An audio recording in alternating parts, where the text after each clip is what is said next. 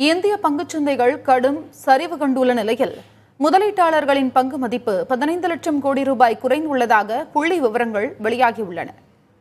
வர்த்தக நிறைவில் மும்பை பங்குச்சந்தையின் சென்செக்ஸ் 2222 புள்ளிகள் சரிந்து 78,759 புள்ளிகளிலும், தேசிய பங்குச்சந்தையின் நிப்டி 662 புள்ளிகள் வீழ்ச்சியடைந்து 24,055 புள்ளிகளிலும் வர்த்தகமாகின.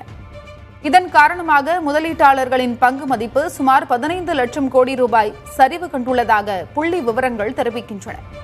அமெரிக்காவில் உற்பத்தி குறியீடு குறைந்திருப்பதும், வேலைவாய்ப்பின்மை விகிதம் சரிவடைந்ததும் அந்நாட்டின் பொருளாதாரம் மந்த நிலைக்கு செல்வதற்கான தொடக்கம் என கூறப்படுகிறது.